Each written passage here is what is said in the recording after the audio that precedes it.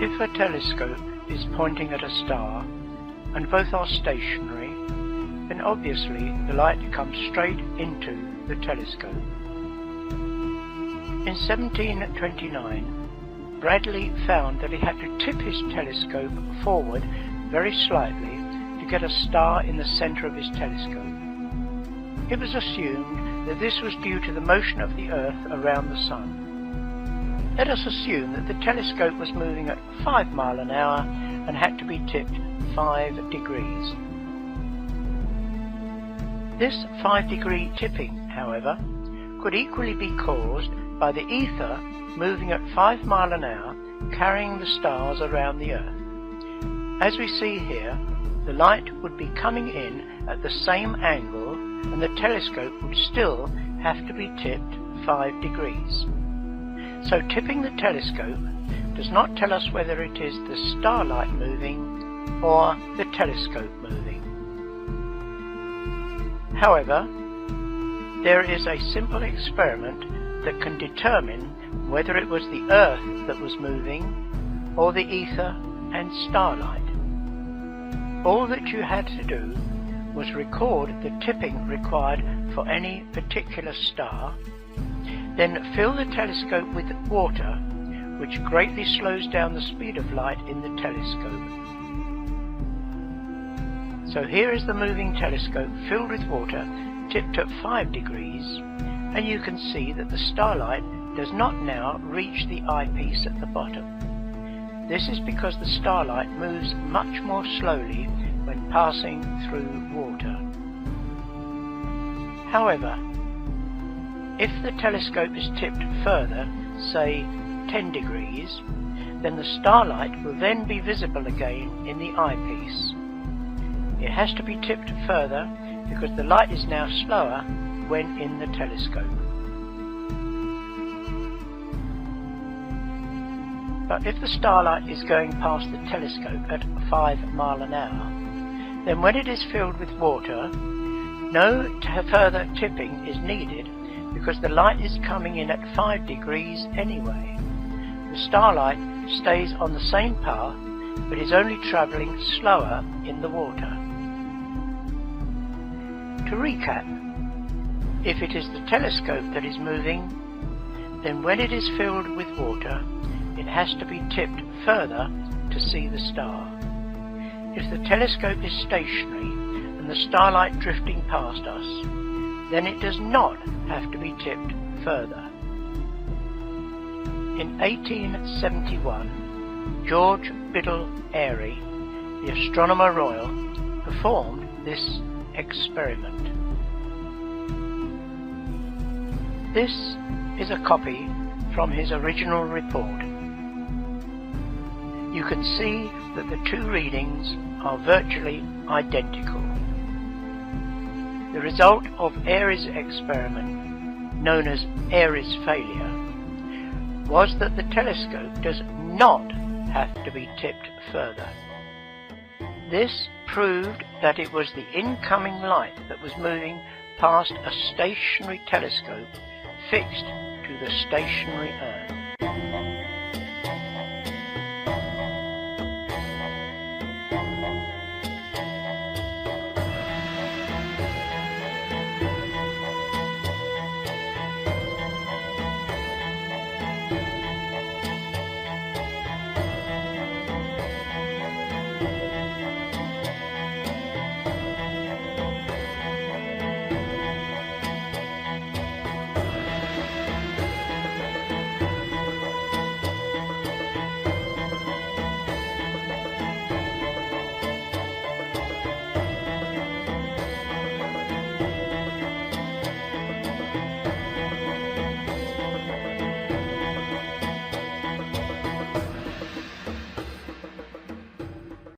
Only a handful of experiments in physics that completely transformed physics. At many people's top of the list would have to be the Michelson-Morley experiment.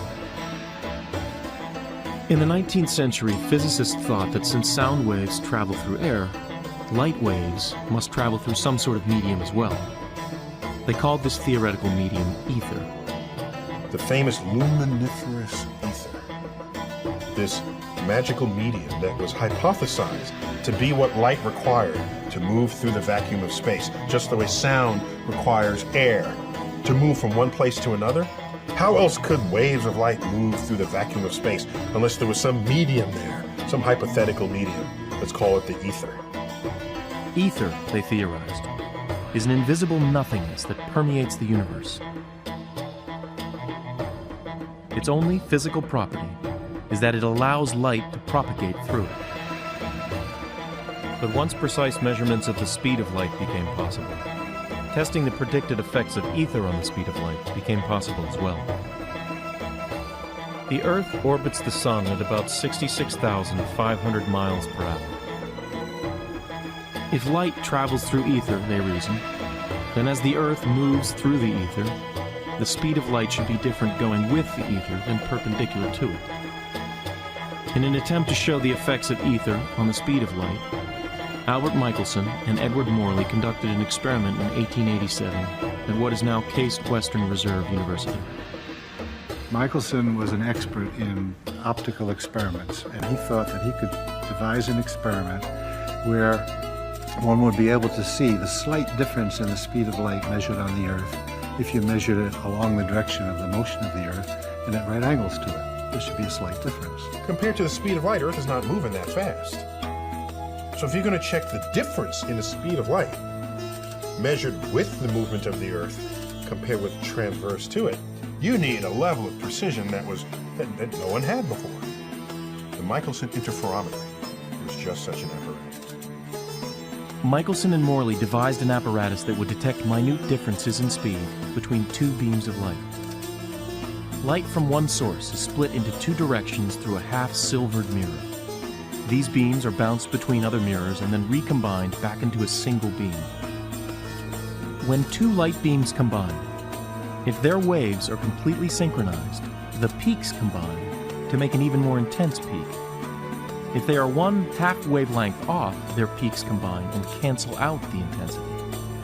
Slight differences in speed between two light waves will therefore produce a pattern based on the amount of interference between the two beams. This is known as an interference pattern. Examining the interference pattern from the two light beams sent out in different directions would clearly show if the speed of each light beam were different in different directions.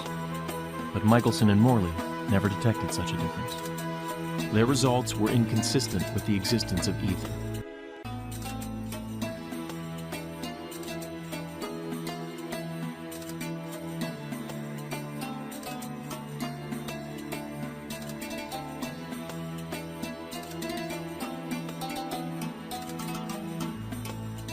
The scientific world didn't know what to make of it. The famous scientists in Europe, Lord Rayleigh and Lord Kelvin and Lord Thomson, were saying, hey, come on, you must have done something wrong here. There has to be an ether.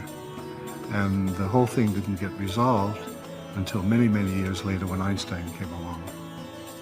Einstein's theory of special relativity proposed that the speed of light is always the same, regardless of the speed of the light source.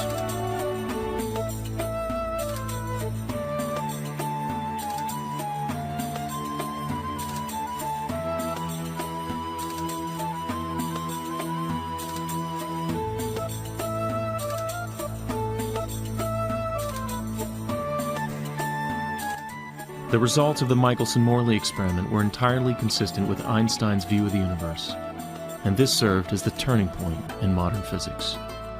The Michelson-Morley experiment was an experimental advance in technology that transformed science. Not only physics, but science.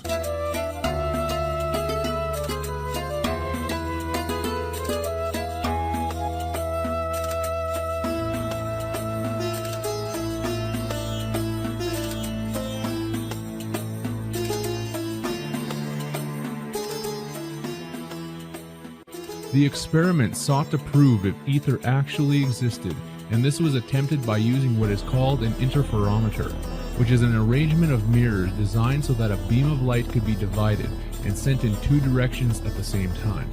What they were looking for was a change in the velocity between the two light beams due to the interference of the ether stream. The result of their experiment was that the velocity remained unchanged, regardless of the direction that the beams of light were sent. In other words, the result was negative. With this result, observing scientists told themselves that they had two choices: get rid of the ether entirely and all previous theories based upon it that dealt with electromagnetism, electricity, and light, or keep the ether and abandon the theory that the Earth is in motion. Essentially, if the ether existed to them, the experiment told them that the velocity of the Earth through the ether was exactly zero.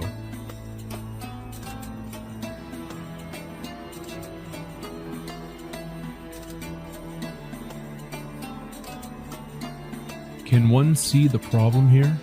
What would this do to public perception in regards to their home called Earth? If the Earth was moving exactly zero, meaning not at all, where exactly was it sitting? What exactly was our place in the universe? In 1905, at the age of 26, Albert Einstein published a paper that would in essence be the footprint for his special theory of relativity, which asserted that the laws of nature are the same for all uniformly moving systems. This again, for the scientific community, and thus the public, brought the Earth from its stationary position as related to the Sun, and without the use of ether, so to speak, set the world of physics on fire.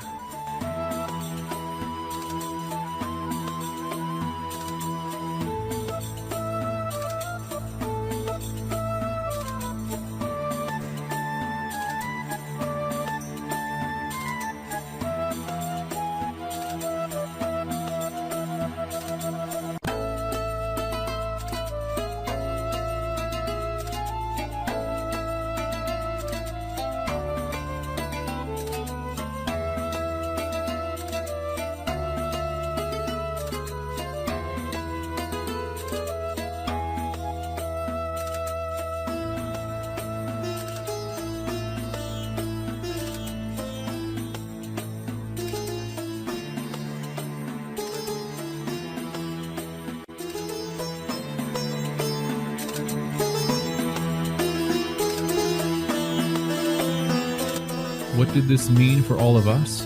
A great deal if one is able to squelch through all of the tedious semantics and get to the true meaning of what this theory is actually stating. By accepting relativity as it stands, along with time dilation and all of its other relativistic properties, the world is accepting that there is no such thing as simultaneity, or what could be called the now. That's right, there is no such thing as now, which means that this science also gets rid of paradox and moves itself entirely into the realm of contradiction. To say that there is no now that is independent of a system of reference means that all conceptualization of a divine source goes straight into the trash bin.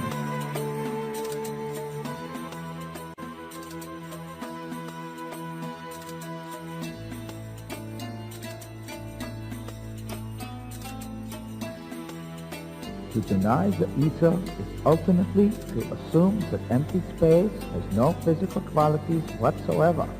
The fundamental facts of mechanics do not harmonize with this view. According to the general theory of relativity, space is endowed with physical qualities. In this sense, therefore, there exists an ether. According to the general theory of relativity, space without ether is unthinkable.